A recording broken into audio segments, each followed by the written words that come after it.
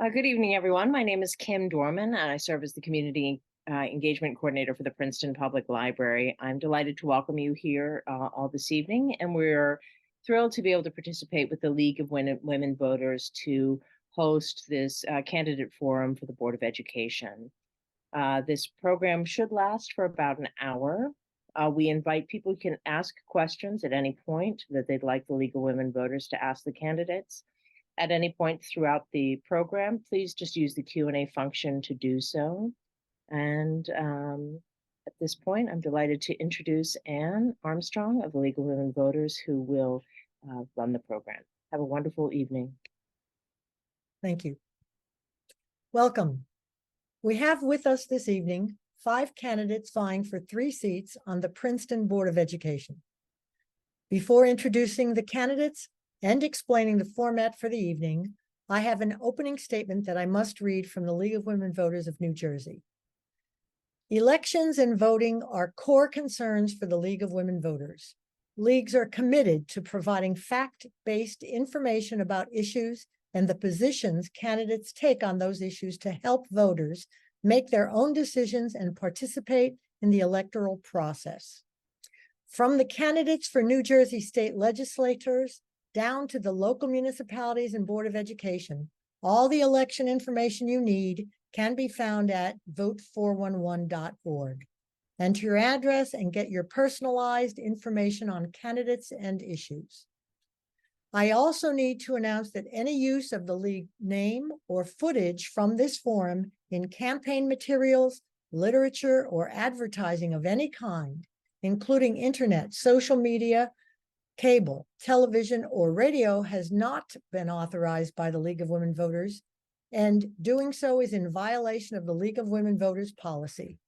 Any rebroadcast of this forum must be done in its entirety. Now, onto the format. The format for today is as follows. Each candidate will give a brief opening statement. Then submitted questions will be asked of all candidates. Each candidate will be given a set time to answer each question. After all candidates have responded to a question, a rebuttal will be allowed, but not required by each candidate. After the question and answer period, the candidates will each give a brief closing statement. The candidates for the Princeton Board of Education are Beth Barrand, Adam Bierman, Eleanor Hubbard, Renee Obregon, and Michelle Tuck Ponder. We will begin with the opening statement of Renee Obregon. Hi, thank you. So my name is Renee Obregon. I'm a 14-year resident of Princeton, lifelong New Jersey resident. I work in finance in New York. My wife's a preschool teacher, and we have 2 boys in the Princeton High School. I'm running for the Board of Ed because I believe in public schools. I'm a product of a public high school, and I want to make sure our already good schools perform better. I believe I can bring a fresh perspective and work collaboratively with the community and the rest of the board to improve our schools.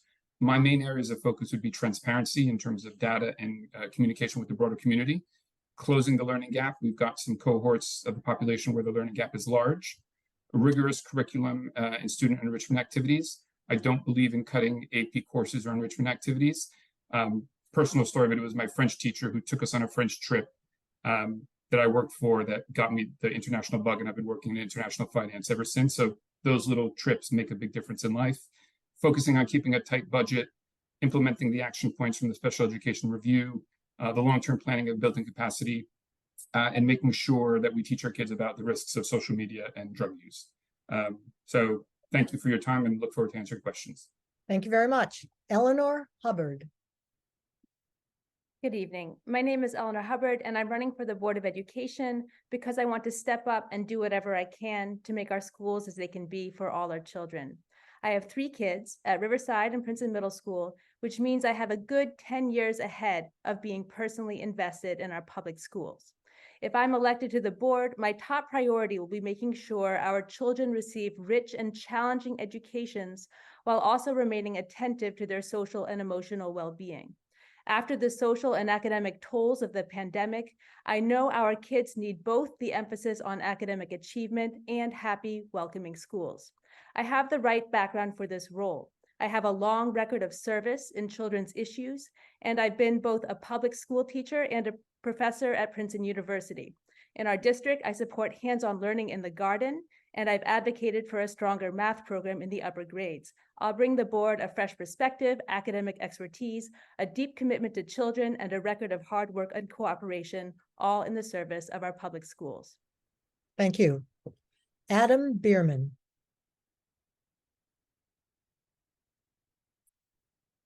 You're on, Adam. Start from the beginning, timekeeper. Sorry about that. Should I start again? Yes, please. Ohio. I was born and raised in Princeton, New Jersey. I went through the entire Princeton public school system. You can say public services in my family's DNA and education. My mom taught in the Princeton public schools for over 30 years. My dad was president of the board. I'm also a teacher myself. I taught in American schools in China and Latin America. I came home. I'm teaching at a school for teen moms in Trenton, New Jersey. You guess I can say I do equity every day, depending on how you define it. That job also allows me to originate and implement original programming such as business ESL, verbal de-escalation, sex ed classes with et cetera. I'm also a union organizer, and I'm proud to say that I've kept my building at 97% membership. A lot of people in Princeton don't seem to know what unions are, though. At the same time, I'm running because we have to restore trust. I'm against some things like detracting math, which I think is a misguided ideology. We have to watch the cash register. And I think we really need, I'm pretty frank, an independent voice on the council. I'm curious, investigative. I want to know what I don't know. I tap into all the talent we have in this town. We have so much of it. And so again, if you're tired of the status quo, if you don't like the way things are trending on this board, please investigate. Constructive tension could be good. Thank you. Thank you. All right. Next is Michelle Tuck-Ponder. Good evening. Thanks to the League of Women Voters and the Princeton Public Library for hosting this forum. I'm Michelle Tuck-Ponder, and anything I say tonight is my own words as an individual and not for the Princeton Board of Education. I'm a 32-year resident of Princeton, and I've served 2 terms on the Princeton Board of Education and 2 terms on Princeton Township Committee, including 3 years as mayor. I was a commissioner on the Public Housing Authority, a member of the state's Martin Luther King Commission, and I held positions in the United States Senate and the United States House of Representatives. I'm currently the CEO of Destination Imagination, and I have 2 children who attended Princeton Public Schools. Jamaica, who was a 2017 graduate of PHS, and William is a junior. I am a graduate of Northwestern University and the University of Pennsylvania Law School, and I am very pleased to be here to talk to you about important issues this evening. Thank you so much. Thank you. Beth Barrand. Thank you to the League of Women Voters and to the library for hosting us tonight. I'm Beth Barrand. I'm a corporate lawyer by profession. I'm a mom of 3 kids who have benefited enormously from the Princeton Public Schools. I'm a 22-year resident of Princeton, and I have been honored to serve on the board for the past 6 years as board president during COVID and also as the current chair of the long-term planning committee and the policy committees. I'm speaking tonight as an individual and not on behalf of the board. I'm passionate about public education, and I'm running to make sure our excellent schools, which are consistently ranked among the top in New Jersey, they become even better. If anyone has gone to a back to school night this year, they will see that we are through the pandemic and our schools are thriving, exciting places to learn with a rich curriculum, incredible dedicated educators, and a wonderful peer group of children who speak over 50 languages. We've got big challenges ahead for the schools relating to growth, budget caps, and preparing our kids for a rapidly changing future. And I'd like to bring my experience to address these matters. Thank you. Thank you. All right, it's now time for the submitted questions. All candidates will have the opportunity to answer each question. A rebuttal from the other candidates will be permitted, but not required. The first question is, we're going to start with one question for the incumbents and a different question for the new voices. For the incumbents, and that is Beth Barrand and Michelle Tuck-Ponder, If reelected, how will you approach the next 3 years differently? What will you do the same? We'll start with Beth Barrand. Thank you. That's a great question. I think what we could do differently is improve communications, which is something we always are working on, and we always have room for improvement. And we need to make sure the community understands what we're doing and comes with us. And in particular, I would say, given the challenges in front of us in the middle of a long-term planning process, it's quite challenging to make sure people understand all the work and complexities that have gone into the planning and understand the time frame that we're under to make it happen in time to get kids in the seats by 2027 at the earliest. So I think that was what I would do differently. What I would do the same is I would continue to keep children in the forefront of everything that we do. We always have to be asking, how are the kids? What can we be doing for them? And then as a board, how do we make sure we have the financial means, and how do we make sure we have the space, and how we make sure we have the professional staff there to support the students and all that they need? And we have to keep our eyes on the prize and move forward and not be distracted by the bumps in the road, which we do have as a board. It's inevitable, but we need to keep moving with eyes for the children. Thank you. Thank you. Again, still the incumbent, Michelle Tuck Ponder. Thank you. That is a great question. And I'm going to start out with what I would do the same. And that would be to focus on equity and excellence for all of our students. One of the things that I have consistently been a very aggressive advocate for is trying to change the practice in our schools of having our kids who are underserved, low income, special ed, who do not have as excellent an experience in our schools as others. And this is something that has dogged Princeton for decades. And so I believe that it is my job, it is my passion to effectively and aggressively advocate for those kids.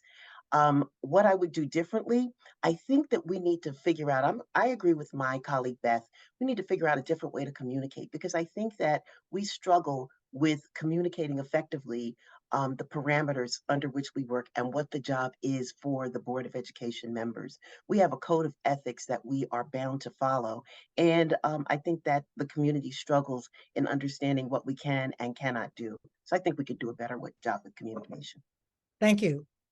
For the challengers, and that's Adam, Eleanor, and Renee, how many board and committee meetings have you attended in the last 12 months? And on which 2022-2023 school year resolutions would you have voted differently than the current school board? How would you have voted and why? If anybody needs that repeated, let me know. The resolutions? It says, how many board meetings or committee meetings have you attended in the last 12 months? And in the last school year, 2022-2023, meaning ending now, resolutions, would you have voted differently than the current school board? How would you have voted and why? Oh, okay. Adam Bierman, we start with you. Well, first off, I tried to get into some facilities meetings, two of them actually, but there was like computer problems. I couldn't get in. The other ones, sometimes they don't really do much for me. What I do though, I watch them online because they archive them. It's must-see TV, and it's really great because you can go back and forth and get the pertinent information you need. With one resolution, the Schimmel thing, this is a problem we have with the current superintendent and the board. They've made a lot of unforced errors, and one of them was Principal Schimmel, with the predictable outrage of anyone who's followed it. And I would have causing distraction, litigation, divisiveness. It was unneeded. I would have kept him. I would have voted for him to stay. Okay, thank you very much. Next, Eleanor Hubbard. Thank you. I've been to a lot of board meetings and committee meetings in the last year. Since I became serious about thinking of running for the board, I've tried to hit as many as I possibly can. And I found the committee meetings to be very interesting in terms of getting a closer idea of how the board functions. I'm particularly interested in student achievement committee meetings, but I've also enjoyed listening in to policy, operations, and what else? Long-term planning has been closed, personnel is closed. But student achievement is really perhaps where my heart lies. I can't really answer a question about how how many resolutions I would have voted on differently in the last year. That's, that I really don't have enough information in that regard. But I did have some concerns about the mid-year firing of the principal, Frank Schmiel, which I thought was unnecessarily disruptive to the student body. Okay, thank you. Renee Obregon. Thank you. So I've attended a couple of board meetings in person or virtually, and also with some of the an operations committee meeting, one or two other virtually. I would say one of the issues, and I think the existing board members recognize this already, is that one of the problems is communicating this stuff. There were a couple that I tried to go into and either was locked out or they were canceled last minute. So I think it's not easy for people to join these things. So they're doing a better job of communicating. And I think they can continue to do a better job of communicating that with the broader community. So I'm glad that's being recognized, and there are slow measures being taken. In terms of measures that I would have voted for or against, again, it's hard to say because you don't have all the detail, but I would agree with everyone else. I think the way that the Principal Schmiel's removal was handled, was not equitable to him or to the broad community. I also recognize we didn't have all the information from the outside looking in. It just felt like it needed more work. But again, that's from the outside looking in. Thank you. And it's funny that many of you mentioned that, because this next question, I'm going to say it even though it's kind of repetitive. Looking back at the decision to dismiss the Princeton High School principal in the middle of the 2022-23 school year and the tumult that ensued, are there any aspects of the decision, for example, timing, communication, the decision itself, that you believe could have been better handled by the Board of Education? Renee Obregon, we're going to you first. If anyone needs it repeated, let me know. Yes, no, so I would say the timing of, the timing before the end of the school year was rather unfortunate. I mean, he was a beloved teacher by the community, so it felt like there was no need to end his tenure so quickly. So I think that just caused undue stress. And you're talking about a school community that was just coming out of COVID that had to deal with, being locked out. They're finally building a rapport with the principal. And for that to be handled the way it was handled, I think was rather unfortunate. And I also think the information flow, and I recognize it's personnel, so it's limited in what you can do. But I think one of the things that, if I were on the board, that I would like to do is to sit there and say, we can't look backwards, we have to look forward now. But I would sit there and say, what have we learned from this process, how it was handled? How do we make sure this doesn't happen again? Because I think that's the key message. We can't undo what was done. The key message now is, how do we make sure this never happens again? Did we try to help him improve, et cetera, if that was the issue, and just make sure that, this type of tumult amongst the community and the board member, which did cause a lot of distrust, doesn't repeat itself. Thank you. Eleanor Hubbard. Thanks. There's a high bar for removing principals during the academic year. Because it's very disruptive, firing principals mid-year is usually motivated by serious misconduct. From watching the Donaldson hearing in the spring, it's not clear that that bar was met in the case of Frank Schmiel.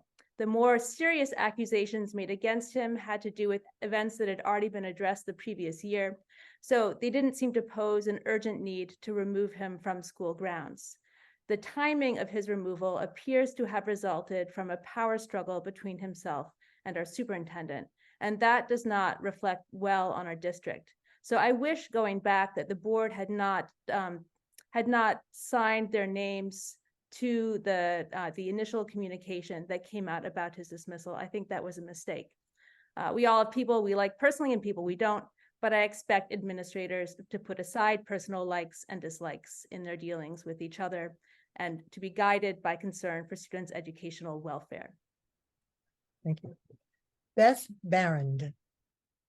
Well, as a member of the board on this matter, I do have to be a bit careful. I've been given notice that I may be sued personally as well as a board member, so what I say could be used against me. But I do want to say that I think the tone of the communication initially was unfortunate, and it struck the community in a very poor way, and it upset many people, and I felt they're upset, and I do sympathize with that. We take our personnel obligations very seriously. We obviously have these very strong, we're the most highly regulated public officials in New Jersey. So we really can't say a lot about things, and to have the community demand that we tell them the reasons for personnel actions sometimes is hard to sit there as a citizen serving, because we know what we can say and we can't, and it's difficult. And we want to say things, but we can't. I would say that these are complicated decisions. I think we gave a 21-page reasons for what the actions were. We were actually able to give that publicly because Mr. Schmiel did waive his privacy rights in that regard. And in a Donaldson hearing, there is no swearing in. That's all I have to say. But everything we say by law, it has to be accurate and correct. So that's all I can say. Thank you. Thank you. Adam Bierman. Well, it's frustrating to me. I mean, I know it's hard to be on the board. I get it, statutes and everything, but there's a chronic problem here. Let's go back. There's been, with this current administration, an over-reliance on paid consultants, detracking math. The paid consultants' performance fact, their motto was equal outcomes, no exceptions. I heard comments like that when I was in Cuba. There was a math cover-up with redacted math reports. The tone-deaf dismissal of Principal Schimmel, which provoked, again, the predictable outrage. I'm not nitpicking here. I mean, you don't have to bat 1,000. I understand you're not going to get everything right, but this is a chronic pattern of lurching from crisis to crisis. Without transparency, accountability, and good governance from the PPS, and I'm going to say what other people are thinking, the superintendent in charge, you can this only naturally lead to suspicion and distrust, which can make it challenging to get the community support for important initiatives. But yeah, the world's not static. Change can happen. I want people to be a success. I hope the other candidates will comment on what I've just said, though. What are the lessons learned? Where are we going right now? And again, don't forget, constructive tension is a good thing. Thank you. Thank you. Michelle Tuck Ponder. Would you repeat the question, please? Of course. Looking back at the decision to dismiss the Princeton High School principal in the middle of 2022-2023 school year and the tumult that ensued, are there any aspects of the decision, timing, communication, the decision itself, that you believe could have been better handled by the Board of Education? So I've been in leadership and have managed many people for a very long time. And the beauty of working in the nonprofit sector and working in other areas of government is that you have some latitude in how you can manage employees, if necessary, terminate employees, coach employees. There are all kinds of flexibility that you have. The difference with managing those kinds of relationships as a member of the Board of Education is that your main concern is the safety, health and safety of the students in the school. That's job one. And so when we take action that from the outside, and again, like my colleague, I'm restricted very much so on what I can say. If that's job one and that's our main consideration, do we, are things I hope we could have done differently? Yes. Do I believe that there were things in these circumstances that we did that were outrageously wrong and should have done differently? I'm not so sure I'm ready to sign on to that. Thank you very much. Next question. Any rebuttals? I'm going to ask. Okay. Next question. I just want to say something. No, Sure. I do appreciate. Adam, 30 seconds. Okay. No, I do appreciate the board. Again, I know there's a lot of constraints you have here. You have New Jersey state statutes. You have you're spending a lot of time. Okay, that's what I want to sound. I don't want to sound harsh, but at the same time, this was a complete mess up. I mean, you could have given him Principal Schimmel, a gold-plated send-off, give him the best recommendation possible. The superintendent could have said, look, to tell other schools, he just doesn't fit into what I'm trying to do. I'm the new sheriff in town. And then let him look for a job and resign quietly in the summertime. This was a power play. This was political. This was not good leadership. This was horrible leadership. And it caused a lot of unforced error that caused a lot of problems. And it could have been avoided. All right. Thank you. Anyone else, or should we move on? All right. The next question. The Dual Language Immersion Program, DLI, at Community Park School became a point of intense discussion this past year. with some community members suggesting that it should be capped or cut entirely as part of a solution to the district's budget and elementary enrollment issues. Is there a future for DLI in Princeton Public Schools? And if so, what should it look like? Begin with Eleanor Hubbard.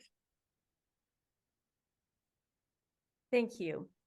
So I attended the board's presentation about long-term planning last night, and I support the board's proposal, which is to expand community parks so that the DLI program can continue, while also adding enough additional classrooms to hold a viable traditional track with enough flexibility to give the district some breathing space for future enrollment. The current situation with increasing overcrowding in Littlebrook and Johnson Park is unsustainable. We can't have some elementary schools that don't have music rooms while Community Park remains under-enrolled. At the same time, I know the DLI program is very dear to the people who are participating in it, and it's an educational asset in our town, which I would love to have continue. So I'm hopeful that we'll see a good outcome from the current long-term planning process. Thank you. Michelle Tuck-Ponder. I am a huge fan of the DLI program. I think that one of the reasons why our school district is consistently highly ranked is that we are willing to promote and engage and support programs like DLI for our kids. What I'm concerned about is I don't like posting school against school or program against program. I think that there's space for all of these things. We just have to be a bit more deliberate. And as some of you may know, we did a review of the DLI program, which is, I think, 15 years old, 10, 15 years old. And it was time for us to take a look at it. And if we need to overhaul it, then that's what we need to do. We also have a lot of people who've come to town who have renewed interest and gotten a lot of energy behind the program. And I think that it is something that should continue. I think it will continue. I think it has support on the board. And I think it's something that is important and deserves our support. Thank you. Beth Barrand.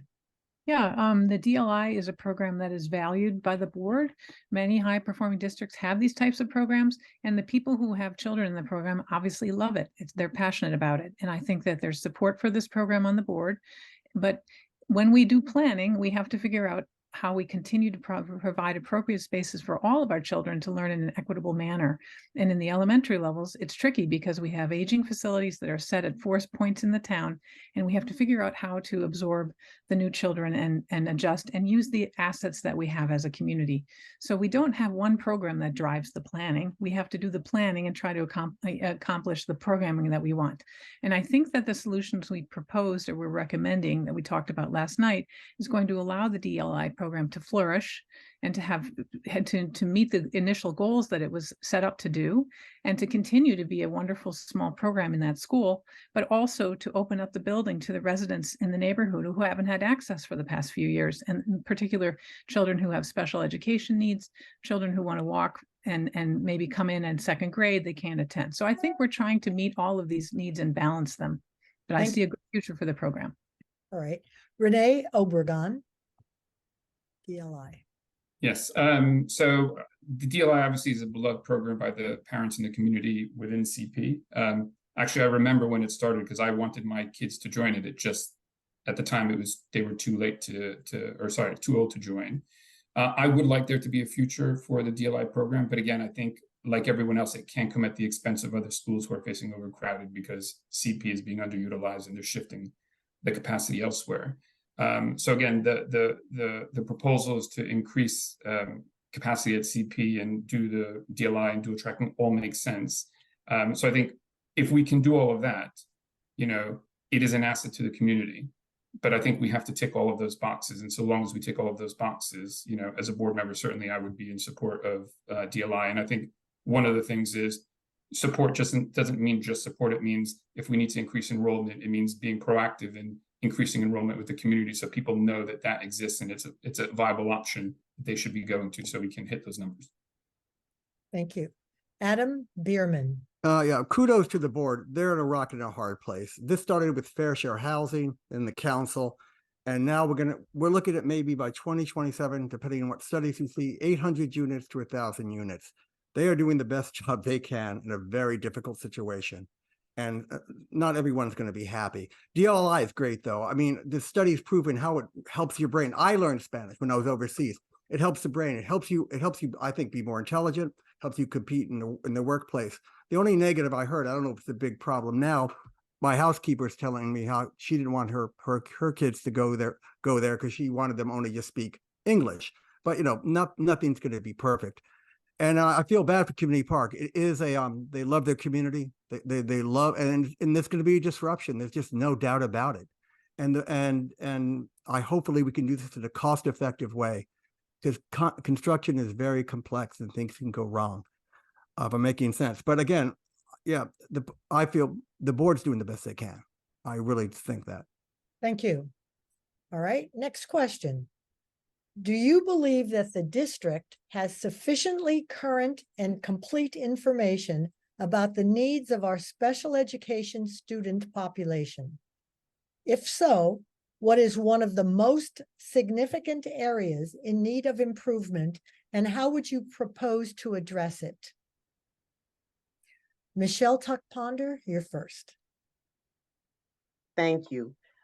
The challenge with special education is the level of diversity and different needs that children have. For some, maybe it's a challenge with speech. For others, it's much more serious and need-based physical disabilities that they need support with. And so trying to respond to the needs of all those different children, including those we place outside of the district at a significant cost, but it's something that we should do, it makes it challenging for us to really meet all the needs at the right level for all of our kids.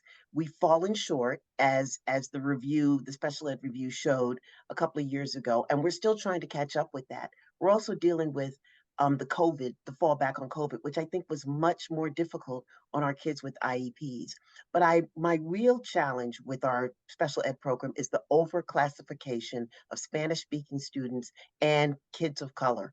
And that's something that, again, decades-long problem, one that I'm going to continue to advocate that we figure out a way to address it. Thank you. Renee Obregon. Sure.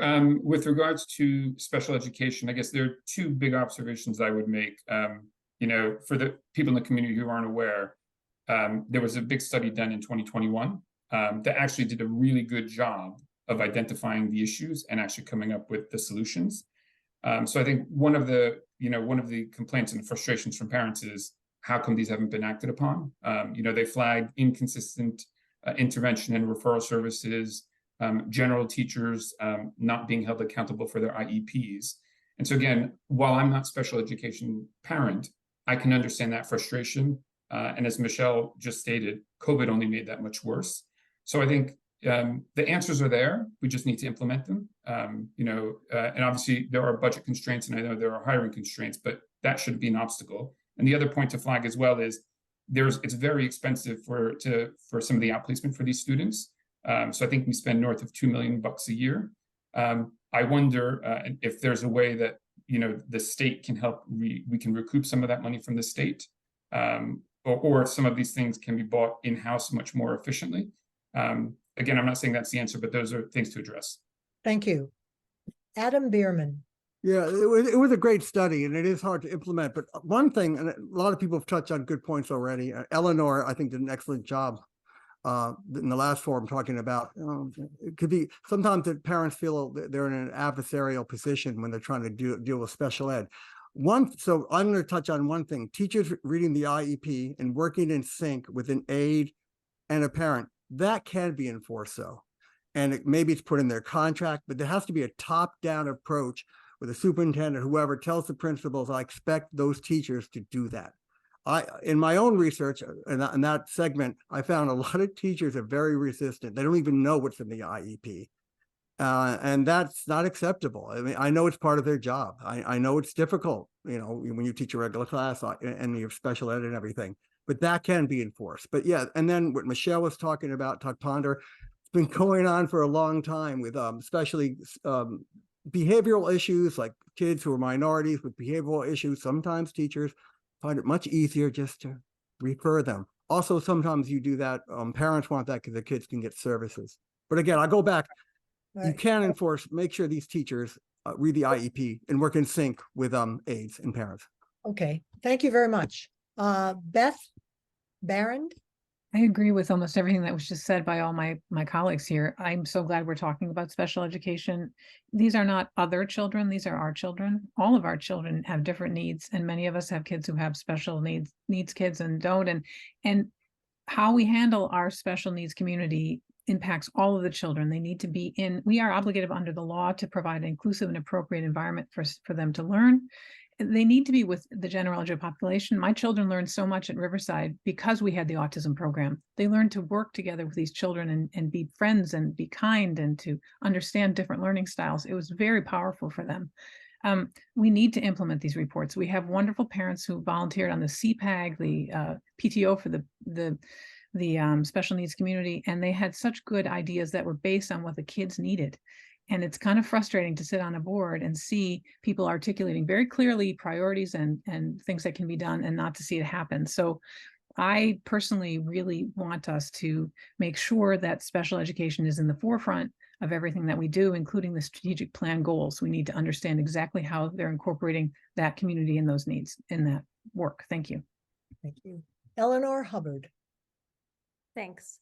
So we have two problems with our special education program, and one of them is that some children are struggling to get the services they need. So for parents advocating for those children, sometimes it works well, especially in the elementary schools, but at other times the system can feel unresponsive or indifferent or even adversarial. And there are difficulties in terms of lines of communication and in terms of responsiveness from the schools. At the same time, as Michelle Tuck-Ponder said, we do also have students who are overclassified who shouldn't be in special ed, and that's especially Hispanic students in our schools. A lot of that has to do with behavioral issues that should be addressed with positive behavioral reinforcements instead. And as a parent of young children who went through the pandemic and remote schooling, I know that our kids are behind in terms of their social skills, and that there needs to be real work to catch them up so that children are not misclassified into a program where they don't belong. Thank you. Next question. Can I do a May I brief rebuttal? I'm sorry. Yes, Michelle, we'll take you first. 30-second rebuttal? Sure, go right ahead. One of the things I think is important for us to understand is when we talk about what children need, we have some really stellar professionals that work for our school district. And many, many times parents will believe that certain things are needed. And based on their education and training, they will see that or believe that the student needs something else. So sometimes it's not a refusal to give kids the services they need. It is a difference of opinion about what services are needed for that particular student at what time and in what level. So, you know, again, there's always a struggle around that. What's the best thing? Right. Adam Bierman. About another rebuttal. When I meant other kids, I didn't say other. When I talked to teachers from the high school, they weren't that, some of them seemed that interested in wanting to do the special ed. I just want to add, Michelle was keeping it really real there. It is true. Parents, a lot of parents, especially in Princeton, one Princetonian, three opinions. They can be very strong in their opinions, and sometimes they're not always, they don't think, you know, it's their kid. Sometimes it's not, you don't think as clearly as you think you should be. And there is that tension. I've seen it in every school I've been at. But it doesn't mean they're wrong. They're just trying. Everyone's trying. Okay, thank you. Beth Barron. Yeah, and I just want to offer a positive, and that is that the focus on early childhood has really, I think, gained traction and gotten into this in ways that we haven't in decades, and that we have some really transformative educators who've brought like the Orton-Gillingham methodologies, which is how to teach all sorts of learners from different directions. It's something that as a parent of a special needs kid, I was told to go outside basically and find. We're now doing it in the school. We're also screening for dyslexia. We're doing a lot of things in the early grades that I hope will allow children not to be be overclassified and many of them to remain in the gen ed program. Thank you. Anyone else? All right, next question. How can we be assured that the district has better met its goals of equity and excellence during the last 2 years? What additional work, if any, needs to be done to achieve these goals? Adam, we're starting with you, Adam Bierman. Oh, again, I've said this a million. It's hard to do, but you really have to have a sustainable top-down culture where like, especially with Beth was touching on getting kids younger. But let's be honest, I did my own little metrics, though. This is general ones. The schools can only do so much. To me, student success, student aptitude and motivation, parental involvement, teacher targeted instruction, with collaborative with their aide or parent. Say it's math, which is a cumulative subject. Try to do questions that are not too hard or not too easy, so the kids can find success and motivation. Make sure they do their homework. Year-round instruction, especially for kids who are behind. And most important, try to get them to grade level by 5th or 6th grade, else they tend to fall off. We can talk, this has been going on for 60 years. I mean, I could talk endlessly about it. I have nothing more to say, though, so except that. Okay, thank you. Beth Barron. Yeah, I mean, that's a very broad and broad question, but I just come back to my job as a board member. And I say that I'm supposed to make database decisions and set goals and try to target these issues and try to find ways to get there. And we have had some of these things going on for a very, very long time.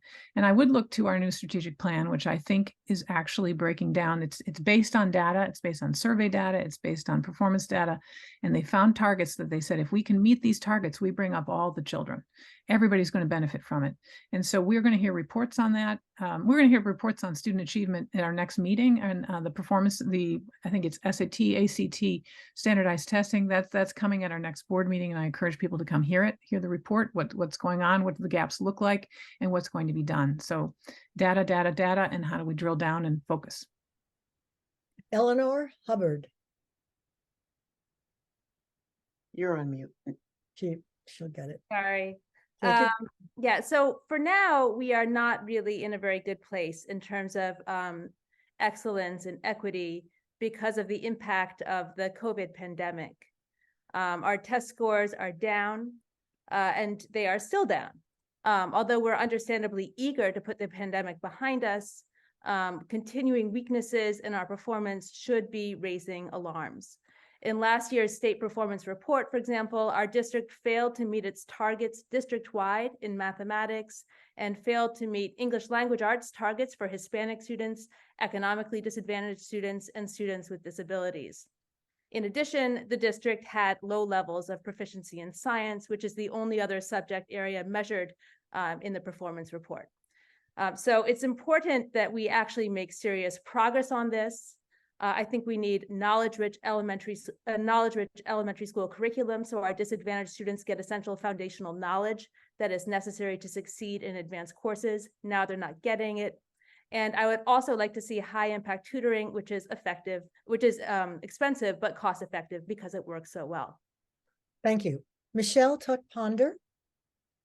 I would like to see us end the obsession on test scores and end the obsession on school ranking. I think, one of the challenges that I have as a board member is I observe practices that disadvantage our low-income students and our students who are underserved. But I think that one of our big mistakes is we continue to rely on criteria that was created by certain people for certain people. As an educational professional, one of the things that I advocate and what we characterize as 21st century skills are communication, collaboration, critical thinking, and creativity.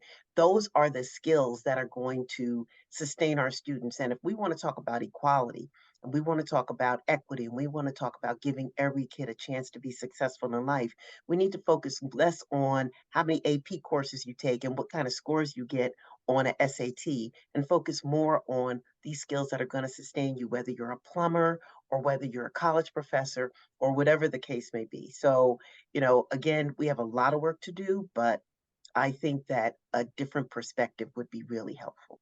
Thank you. Renee Obregon? Yes. So this is an interesting topic. You know, I was growing up low income, first generation immigrant parents, didn't have all the resources that my kids have today. And I can tell you that, you know, pushing kids towards as much as they can is something that works, right? Like I aspired to be with the AP kids. That was my guiding light to reach up to that level. I would push, you know, I think that the conversation about equity needs to be reframed, because the reality is there's no such thing as equitable outcomes. We do want equitable opportunity, that for sure. I've got two boys, I give them everything the same. I don't have the same outcomes, right? One's more studious, the other one's less studious. We do have learning gaps in our community, but I think we need to understand and address the underlying cause of those. We have a very high chronic absenteeism again in certain groups. So the Hispanic group has a very large chronic absenteeism. Anything we do is going to have no impact if we don't address that issue. If you're an artist, an athlete, a professional person, and you're late or missing school or your job 10, 15%, 20% of the time, you're not going to do good. So you need to address those underlying issues first before we can do everything else. And then again, the other thing I would add is high dose tutoring is important. We've got a generous neighborhood. Okay, Sorry. thank you. It's all right. Adam, you have a rebuttal, 30 seconds. Well, just a quick story. Yeah, like, because where I work too, we have students, like a girl, her motivation, she said, I have opportunity here. I'm going to take advantage of it. She would walk through a dangerous neighborhood. She didn't have Wi-Fi. So she'd go to a McDonald's. She would charm the manager so she could use the Wi-Fi and go to the math YouTube channels to tutor herself in math.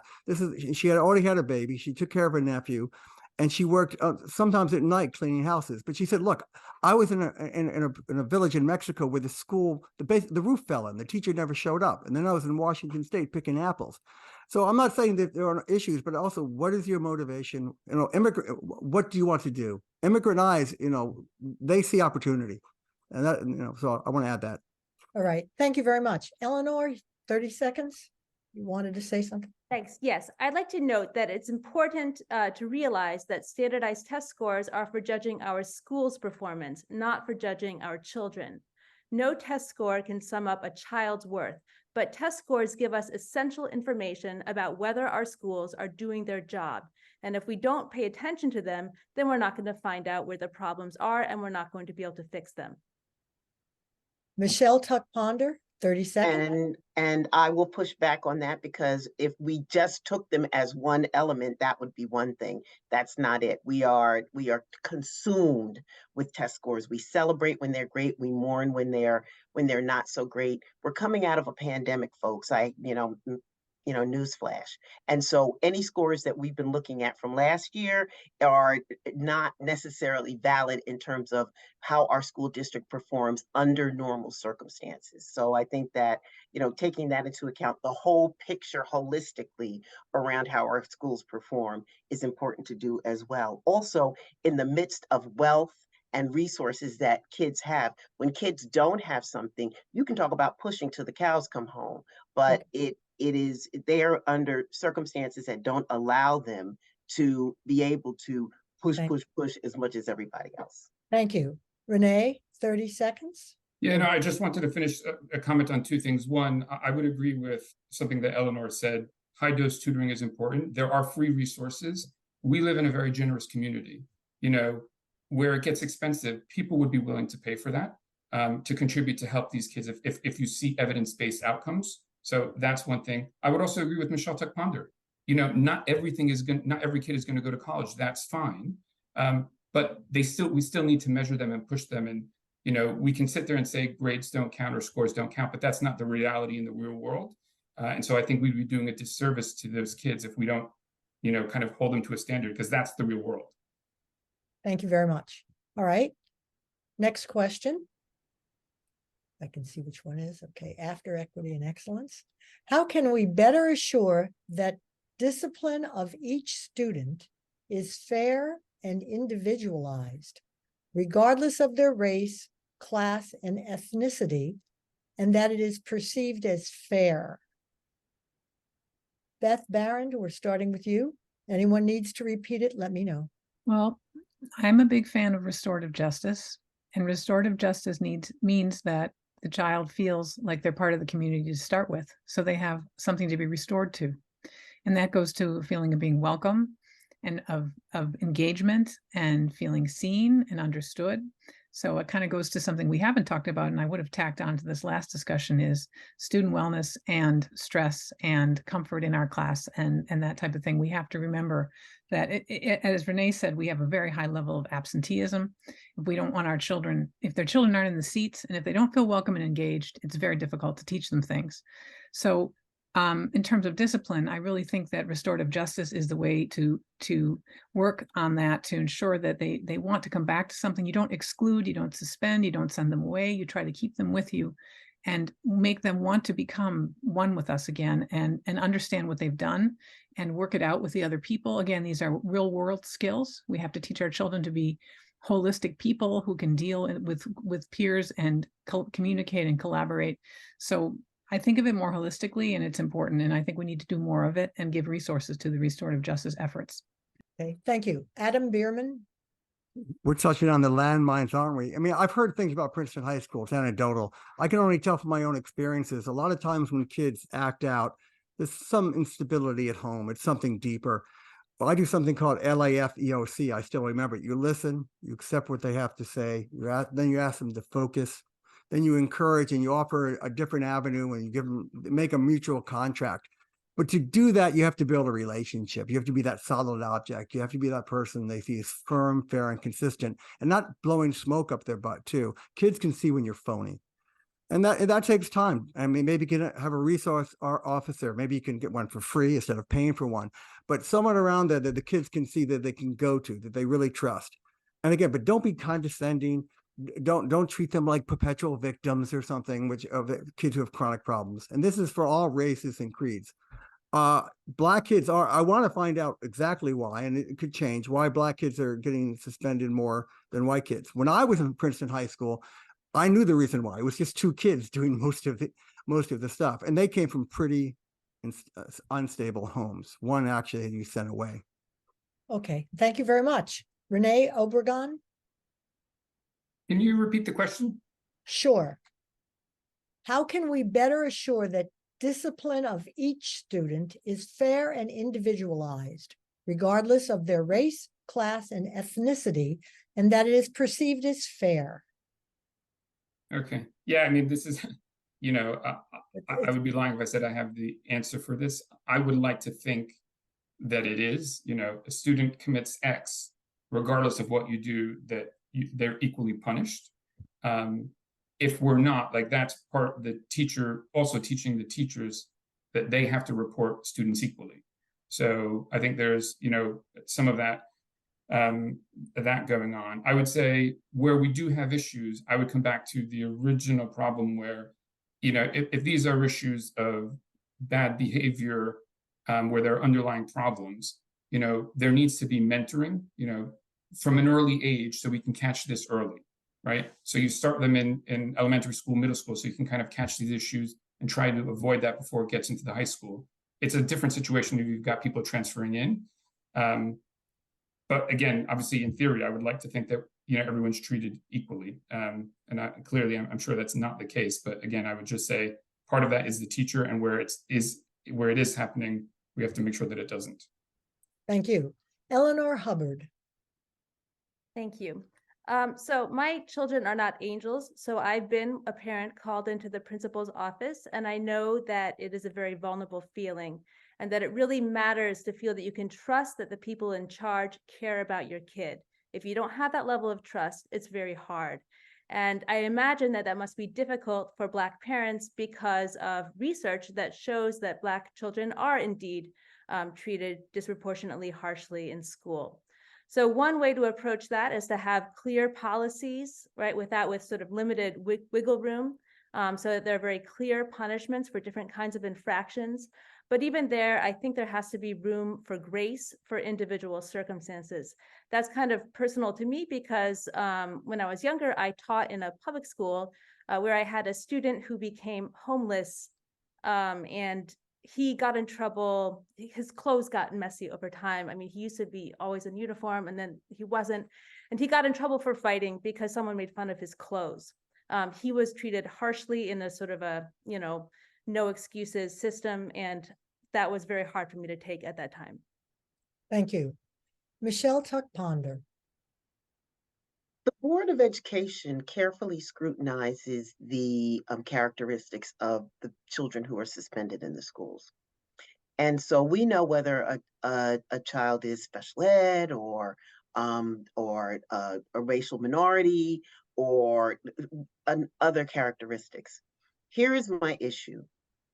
This discipline is disproportionately harsher on Black and brown kids in Princeton public schools. It's and there's no doubt about it. And I'll give you an example. If the penalty is if you bring a weapon to school, if it's a knife, and if it doesn't matter if it's switchblade or if it's a butter knife. It doesn't matter whether you meant to use it on yourself or you meant to use it on someone else. If you bring a weapon to school, you get a certain punishment. That's not what happens. If you are fighting, there's a certain punishment. There are things that are supposed to happen. There are specific penalties. But if Black or brown kids fight, that penalty is enforced. If somebody who's not Black or brown fights, that penalty is not enforced. I've seen it so many times over the past 6 years. And yes, am I angry about it? I am very angry about it. And that is just ingrained institutional racism that we have. What are we going to do about it? Okay. I don't know, but it's happening. Thank you. Renee, your hand is up. Okay, I'm sorry. Yeah, Adam, did you want to say more about? No, I don't, Michelle, and I mean this sincerely because this 30 is a good, this is a seconds. great dialogue. Why do you think it I mean, can you mute? I mean, I'm not going to hold it. Why do you think they do that? Why? Yeah, that's what I've heard too. Black kids get slammed. White kids, are their parents stronger advocates? They can get lawyers. What do you think? I'm just curious. I think that there is a fear. And as a parent of a Black boy, my son is 16, he's learning how to drive. I don't want him to drive because I think that this is so ingrained in our society. What do we do about it in our schools? We don't support it. We don't sign off on it. When it comes in front of us and we see it, this is when we're supposed to stand up and say, you know what? Last week, this happened to student X. That student was white. This week it's happened to student Y, he's Black. The same penalty should apply. I'm not asking for special treatment. If they should be suspended or disciplined, hey, then I think that that's what should happen. But it needs to happen consistently to everybody under the same circumstances. Sounds like common sense to me. Yeah. It doesn't. All right. Thank you very much. Before we started that last question, I should have said this is the last question due to time, but unfortunately, I didn't.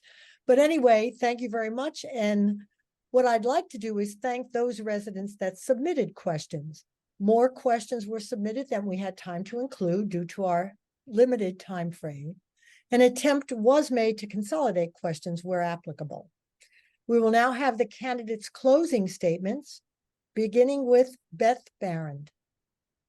Well, thank you. I just want to say that I really appreciated the substantive discussion tonight about the schools, and I appreciate my colleagues on the call who are running for the board because we need involved citizens, people studying up, learning what they can about the schools, coming in and to help lead, because we are all a board of citizens, and we all need to keep going, and we need more people interested. So thank you, and thank you for coming to meetings, and thank you for coming to committee meetings. I just want to back us up and remember that the Board of Education is really, I'm not an educational professional. We are there to see that the schools are well run, to provide vision, to provide planning, to ensure we have a budget that's sufficient to continue to provide what we need to provide for our children. So this is a very high level, complex job that requires an understanding of the breadth of all the issues. And I have to say, I've been on the board for 6 years and I keep learning every day. There's always new things to learn. But it's very important as a community that we focus on our future and the big issues, which are the budget and the space and the other things that we're planning for, and that we continue to allow children to enjoy the benefits of our wonderful schools for years to come. Thank you. Thank you. Michelle Tuck Ponder. Well, also, I want to thank the League of Women Voters and also the Princeton Public Library and you, everybody who's running this year, because as I said at the last candidate forum, I was actually shocked at how difficult this job is. It is an area because I am not an educator. I am just a person who cares deeply about what happens in this community.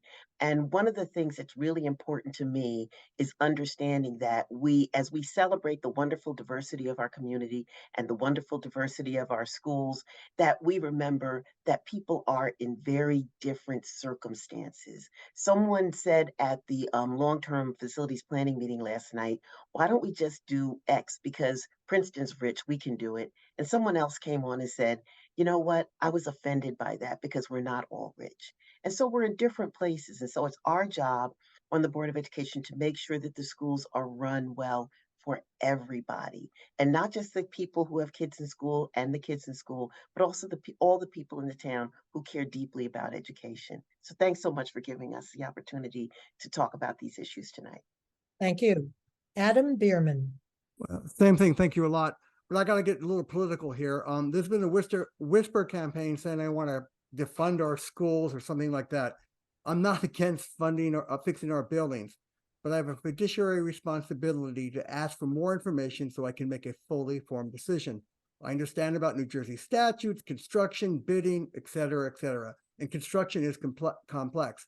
But I do have some institutional knowledge going back 20 years. We've had shoddy construction, ill-conceived building agendas, cover-ups, and manufactured demographic numbers. We've spent over $200 million in the past 20 years on our buildings, and they're finally getting a little more functional. I'm curious and investigative, and I've learned from builders in town and school friends who've gone on to be mega successful in careers in construction and development. So I have some clarity and assessment on this. I do have some time left. I'm not questioning the new building's administrative motives or the board, but I don't want to regret the results. Then we have to redo, I don't want to see them have to redo work again in 10 years or less. Our staff and our students deserve better than worrying about water dropping on their heads, which has happened before. Thank you very much. Eleanor Hubbard. Thank you. I want to thank the League of Women Voters for making this forum happen, and I appreciate all of your taking time to learn more about the race so you can make the best choices for our community and our children going forward. I hope you will vote for me because the board should be made up of parents who are invested in the schools, and there should be more board members who have the ability and the inclination to focus closely on improving the quality of education in our schools, because that's something we currently lack. I have a PhD from Harvard, and I'm a former Princeton University professor. I think I could help in that regard. I'm a challenger, not an incumbent, and I've been critical of the district in the past, but I'm ready to roll up my sleeves and get to work for the sake of our children. The board needs new blood, it needs a fresh perspective, but for the sake of our kids, those new members should be competent people who will treat this responsibility with the seriousness it requires. Thank you very much. Renee Obregon. Thank you. So again, thank you to the League of Women Voters for hosting the event and for all the community members who are listening as well. I think it's amazing that we live in such an engaged community. So I think it's a privilege and an honor, for any of us to be elected and represent that. If I were elected, I just would like to stress my focus would be on transparency to the community in terms of data and communication, because I think that goes a very long way towards rebuilding trust with the community, closing the learning gap for the groups where there's a large learning gap. I want a rigorous curriculum. I want a strong roster of student enrichment activities. I want to implement the action points from the special education review, make sure that that gets done, keeping a tight budget, making sure that we teach our kids about social media, the risks of social media and drug use. So high level, what I can commit to is I will do my best to understand all sides of an issue, be fully informed, work collaboratively with the other board members, because at the end of the day, we need to be a team, and I'm very much a team player. So thank you. Thank you. I'd like to thank the candidates for their participation today, for deciding to serve the Princeton school community. Thanks to those members of the community who submitted questions. Voting is your right and your responsibility, And this is how we make democracy work. Additionally, the League of Women Voters of the Princeton area would like to thank our host for this event, the Princeton Public Library. I hope you found this event an informative one. You can also find candidates' responses to questions posed by the Princeton League of Women Voters at vote411.org. The forum will be available for viewing on the Princeton Public Library's YouTube channel, the League of Women Voters website, lwvprinceton.org, and on vote411.org. Thank you, and please remember to vote by or on November 7th. Thank you.